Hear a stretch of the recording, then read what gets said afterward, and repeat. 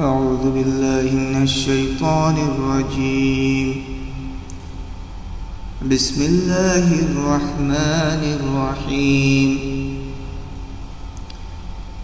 قل يا أيها الكافرون لا أعبد ما تعبدون ولا أنتم عابدون ما أعبد ولا أنا عابد ما عبدتم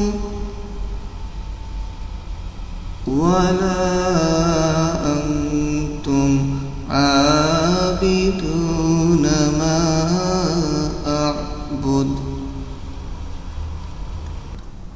لكم دينكم ولي دين। শুরু করছি আল্লাহর নামে, যিনি পরম করুণাময়, অতি দয়ালু।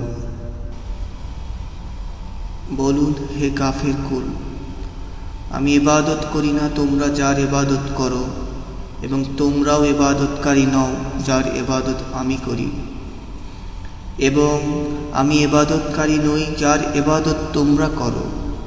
তোমরা ইবাদতকারী নও যার ইবাদত আমি করি। তোমাদের কর্ম ও কর্মফল তোমাদের জন্যে, এবং আমার কর্ম ও কর্মফল আমার জন্যে।